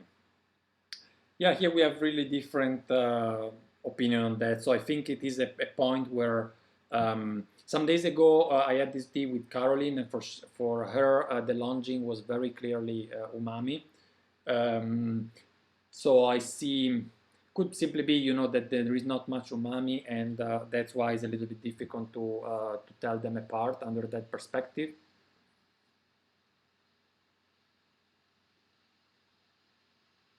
So I don't, what is the time? Right, it is 3 minutes, so I'll do last a little bit longer because I want to do the same steeping as before. If you want to start weighting your tea, it is 3 grams, 400 milliliter. I have 135 millimeter Gaiwan, so I will weight 4 grams instead.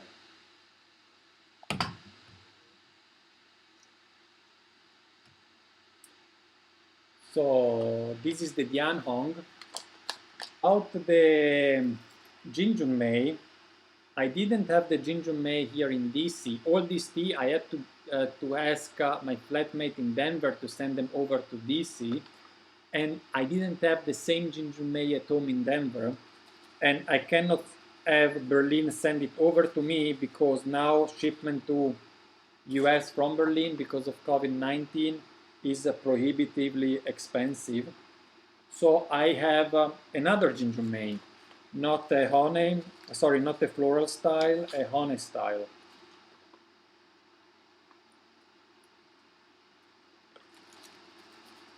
So here I'm waiting for this DIAN HONG, my 4 grams, too much. Here we go, 4 grams. And now I will pour, of course here is everything full, I'll be right back.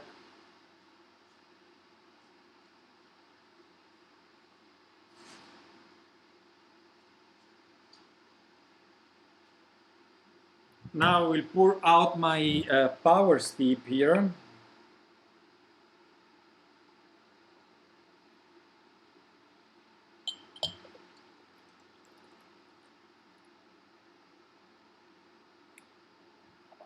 It smells fruity. It's really one of the few green tea that is fruity.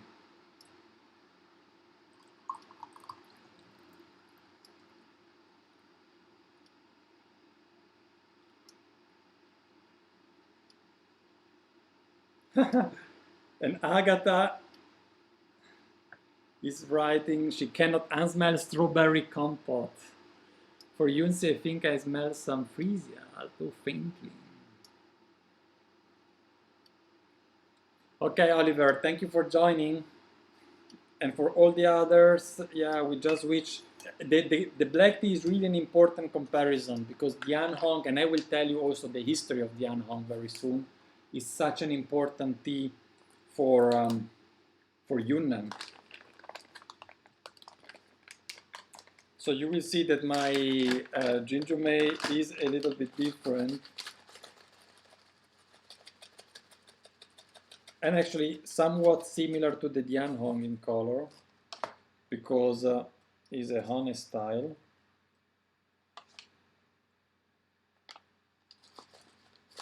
With my 4 grams.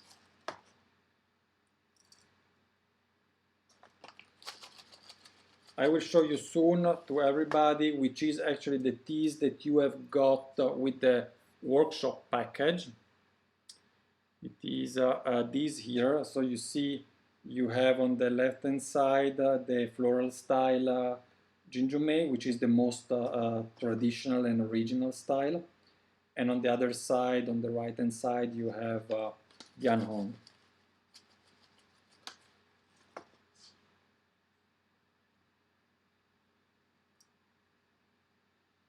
Okay, almost done.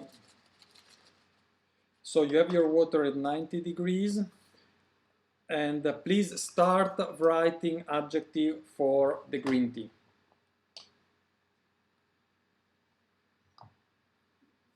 And Matthias will write them down. So I want to taste the power steep. Have someone done the power steep as well?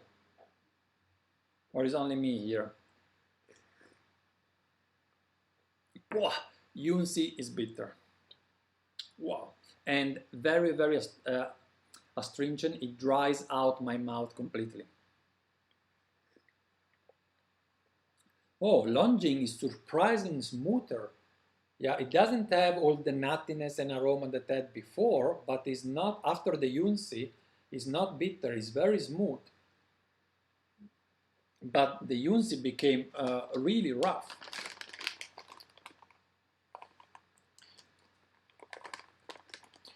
So that for me is, I mean, I think that this comparison with the power steep, it really helps a lot in bringing out the major difference between the two. So for me now the YUNSI got really rough. Jan did power steep. So Jan, what do you think about the power steep? Bergamot.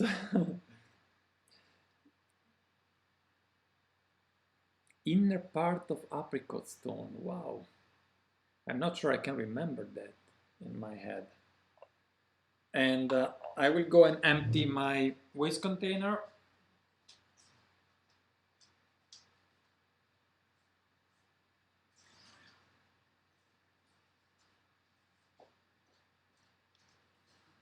So as for me, there are many aspects that pop up, many adjectives that pop up to my mind when I think about YUNSI and longing. And if I want to focus on the difference between YUNSI and longing, and I don't want to say fruitiness, because fruitiness is really a very peculiar aspect of this tea, then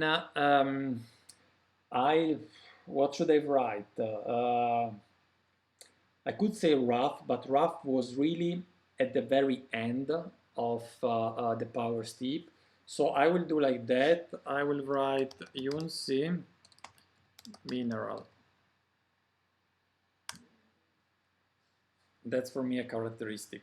Go ahead and write all your adjective as well.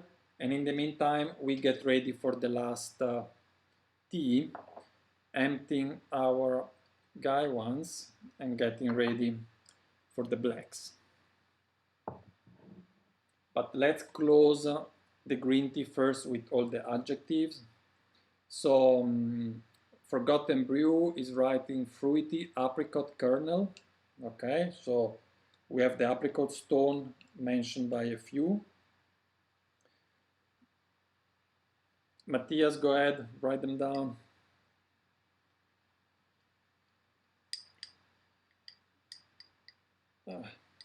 Okay, removing all the leaves and getting ready for the black tea. All right, so I will warm up the guy ones in the meanwhile while you write the adjectives. Like the longing is still fairly present despite the power steep is a tea that I could continue drinking also in this power steep. The YUNSI to me just became too bitter, too rough. The power steep ruined the tea a bit. Yeah, definitely. While the longing, yeah, it's still pleasant. I mean, I'm actually surprised that the longing can resist so well such a long steeping. So now we are warming up the guy one, warming up the pitchers. And then we put the leaves in and we start with the shaking of the black tea.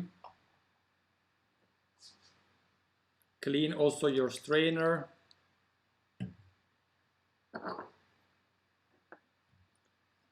Here we go.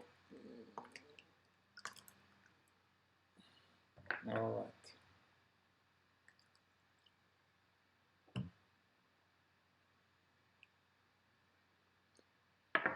So I will again put the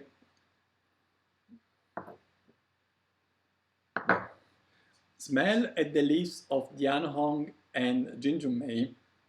Your looks very different, mine looks very similar, but the smell is so incredibly different. So I will have the DIAN HONG on this side and the Jinjumei on this side. Now Jinjumei, you know, I mean, we have done a video, complete video about the Jinjumei. It is a very modern tea. The processing was invented actually in 2005, so very, very modern. Now you have to see that DIAN HONG is actually very modern, but in a different way. It's not only a single tea. DIAN HONG is a whole category of tea, and DIAN HONG means Yunnan red, so it is all, actually all black tea from Yunnan are eligible for being called DIAN HONG. But as a matter of fact, you have to look how black tea ended up to Yunnan. So in the late 30s of the past century, Japan invaded the east coast of China. And by invading the east coast of China, it entered China in all those regions along the coast where tea is produced, blocking also the harbors. So for the Chinese government was very difficult to produce tea and to export tea because the transport by ship was blocked. So what they did, they thought in Yunnan, we have vast land, is very suitable for cultivation of tea. Let's start there with black tea production, and we can use a road that goes through Myanmar to bring and export the tea via land to Europe.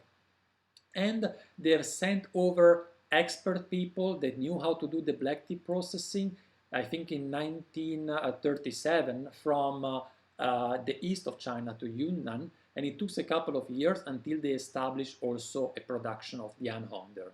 And it seems that those experts came from the Ximen area, so from Kimun black tea, but it's very difficult to say because most of those information have got lost, and also the Cultural Revolution didn't help in keeping the written information alive. So is a black tea with less than 100 years of history that now I'm going to shake and smell.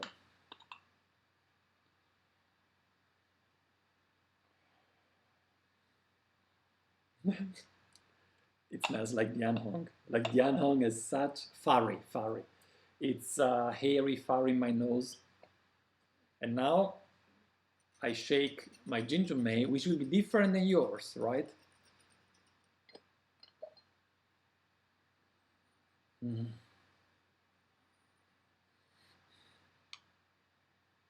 Much more aromatic.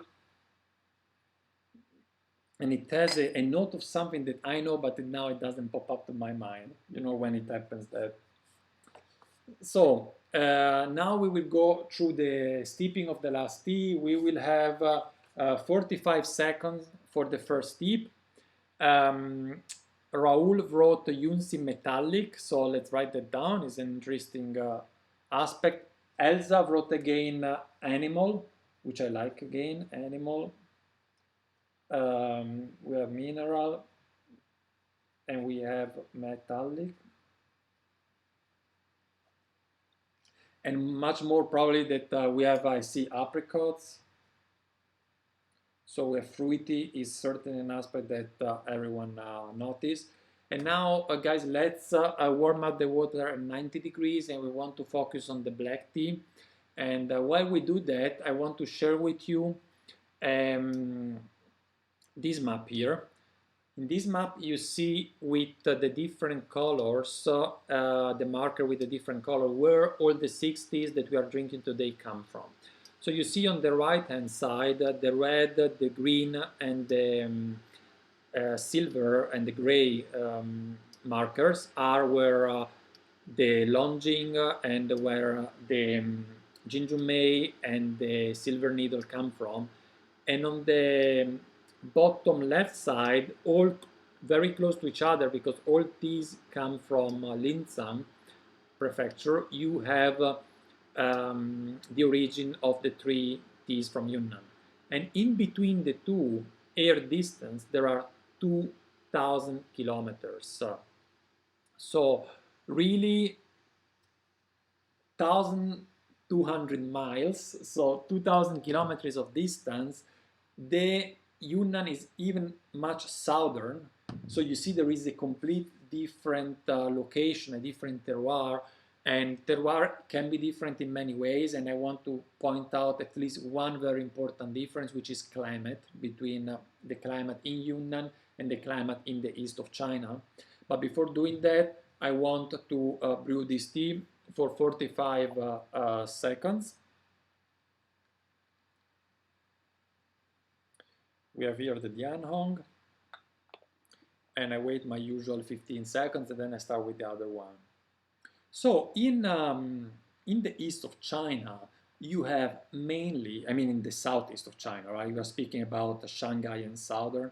We have a typical humid subtropical climate with a clear distinction between the four seasons. Shanghai in winter can even have snow sometime, and in summer is humid and hot.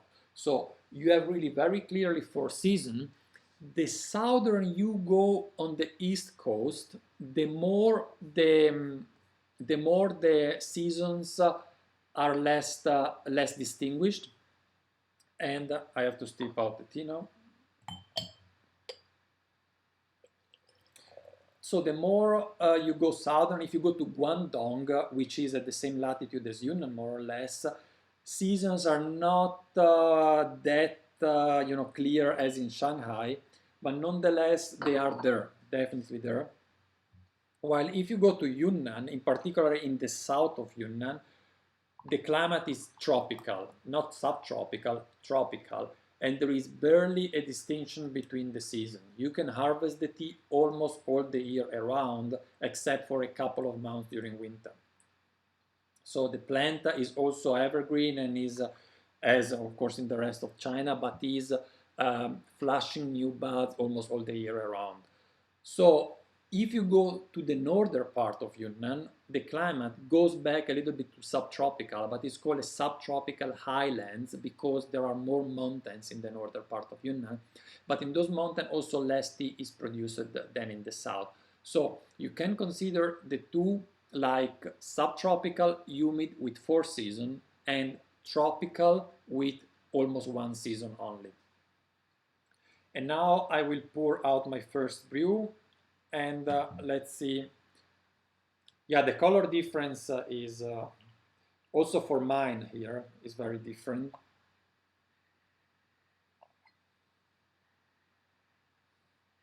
And I said we have only the DIAN HONG in common, so also here my description of the Jinjumei might be different because it's a different Jinjumei.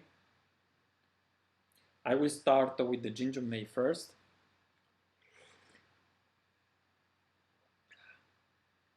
And Giselle is pointing out that all Yunnan infusion are darker in color. So, and I would add, they are not only darker in color, they are also more dusty, less clean and pure, less transparent if you want.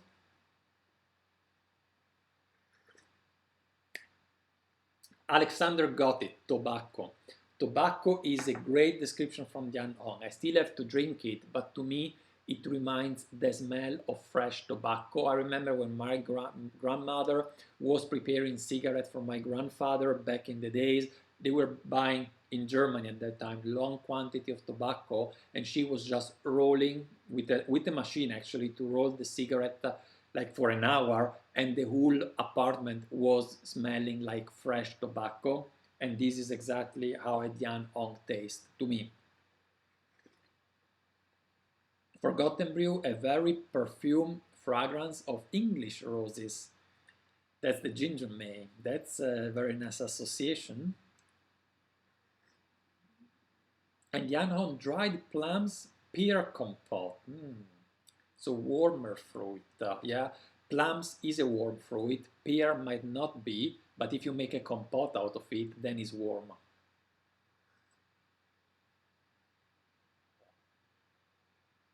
And in the DIAN HONG, yan smells a sweet tropical flower smell. So as for me, I will definitely, with the DIAN HONG, I will definitely write on my notes tobacco, because for me it's so clear tobacco, the DIAN HONG. My ginger May is very floral indeed. I don't know about yours. Well, I read that actually that was pointed out also by Forgotten Brew. It is not that level of florality as the one that you are actually tasting, that I know it, but it has still, in comparison with the DIAN HONG, is a very floral tea.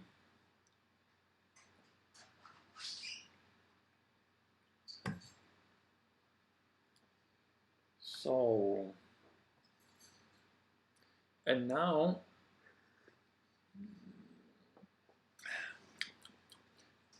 the time is running, so I won't keep you for the second and the third steps. What we can do very quickly, we can just do a power steep with those leaves. I think is a good experiment anyway. And you know, in 5 minutes we simply take the power steep, we skip the. But I saw here that also yan tobacco in taste, ginger May sweeter. Yanis is pointing out earthiness. That's the first time that, and I will write this down. Earthy is the first time that we're pointing out earthiness today with all the tea from Yunnan, although earthiness is the typical characteristic of aged and shupuer, so it's good that we come out with that as well. And Forgotten Brew says that the floral association come from your professional background. Yes, but it is very floral indeed. I think also other people would point it. The ginger May, as I say, cinnamon and hints of licorice. I have also ginger and cinnamon, so this very intense spices. I had a little bit sometime in ginger May in the aroma rather than in the taste.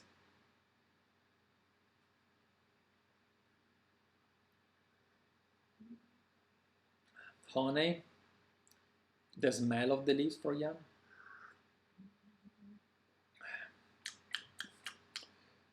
So the DIAN HONG is from 2016, the ginger May is from 2018. And don't you think that the ginger May, sorry, the DIAN HONG has a fuller body? If we now think at the texture, don't you think that the texture, let me show it to you, is a little bit, powdery, furry, rough for the DIAN HONG, while it is not that heavy and that intense for the ginger May, like the tactile feeling on your in your mouth. That for me is definitely an aspect of it. And in addition to the smokiness, for the DIAN HONG, I would definitely point out also the dustiness. So it is more dusty than the ginger May for sure. And don't you think also a little bit of woody notes in it? What do you think about that? Tell me about the woodiness. Don't you think that, at least in comparison with the ginger May, the DIAN HONG is much more woody?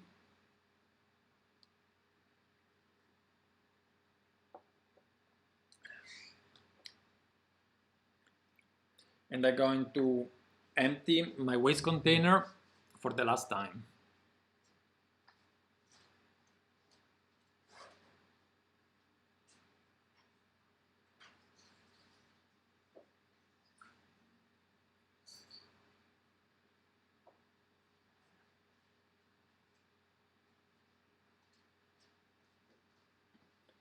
All right, here I am. Our steeping is going on here, the power steep. I don't know, actually I've lost feeling of time. I don't know how long this power steeping has been going on, but I'm curious to see what comes out of it. Yan said that DIAN HONG is definitely thicker, more rough. The texture is the same as the dried pears. You see, and more sour, fresh, fruity notes from the Jinjunmei. And Dimitri is also feeling a little bit of that woody bark. Yeah, bark. Bark is a good, yes, definitely. Licorice roots, chewing licorice without the sweetness. That's, Dimitri, that's a fantasy association. I like that. Matthias says bark. So, you know, these, I will write bark instead of woody because I like the association with a thick bark. And the fact that it has some woodiness without the sweetness, yeah, is nice. And now I'm going to pour out my last steep.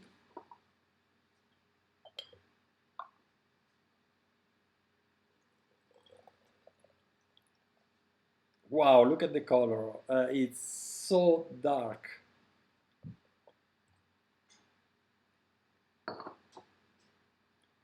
And let's see my Jinjunmei that I said is different than yours. Yours should be a little bit cleaner than mine and purer because this has really a lot of tiny hair. And you have almost a purple red in the DIAN HONG here. It's like a liquor. It looks like, you know, like a shot. Very dense. I will start with the Jinjunmei here. Resisted well, the long steeping. It has a little bit of furriness to it, pelzig in German, but resisted very well, is still pleasant. But intense, definitely intense, and a tiny bit of bitterness in the back of my mouth. Wow, I like this DIAN HONG. I was expecting it being too intense. It's oily now, it's oily.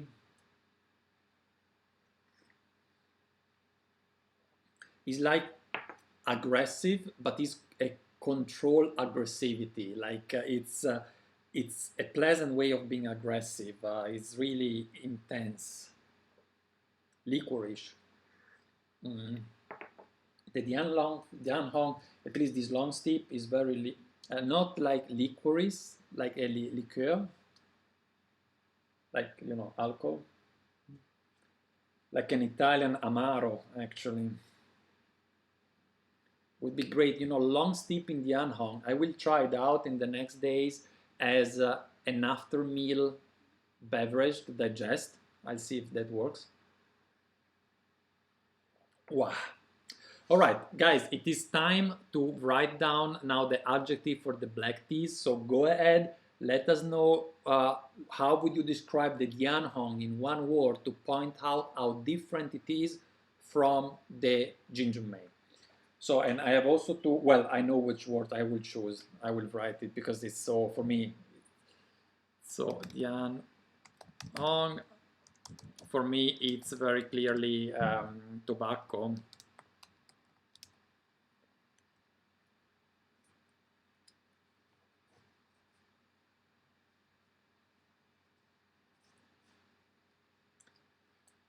All right, let's see what you guys come up with. Jan is getting pineapple aftertaste, but that's come from from something else, from the YUNSI. Earthiness. So I write that. Earthy.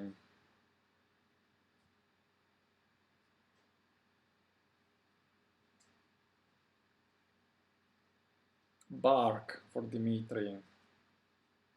That's good. So we have quite a few adjectives, and I will start now to, you know, point out a little bit what we came up with. I think it was a great community and group activity. We came up with a lot of adjectives. Myself alone, I wouldn't be able, you know, to put all those adjectives together and those sensations. We had, for example, at a certain point that came out the association with strawberries, and Agatha, I think Jan said it first, and Agatha followed and said, yeah, for me, I cannot get that strawberry compound now from my head. So it really helps a lot doing this activity together. So thank you for joining us.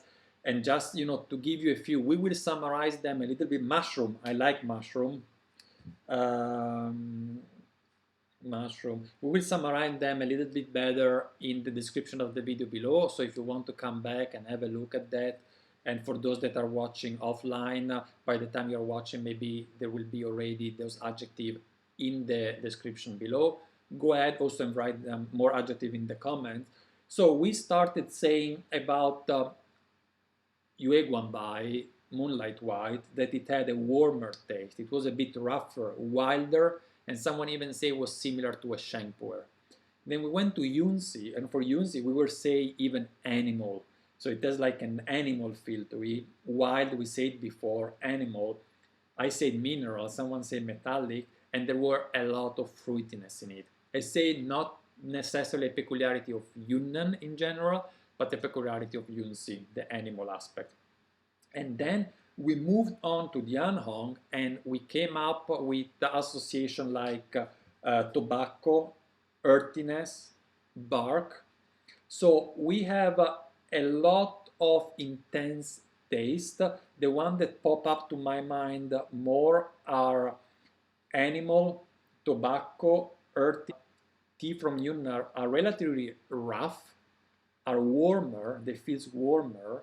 Sometimes they can even feel smoother, but when we do a long steeping, then the roughness of the tea come out for each of them. So on the long step, on the long steeping, we had the silver needle, we had the longing, and we had the gingermate that were able to still remain relatively round and smooth, while the tea from Yunnan came out with a little bit of roughness to it. So this would be my summary for your sensation, actually, your feeling. I really hope that you have enjoyed this workshop as much as we did.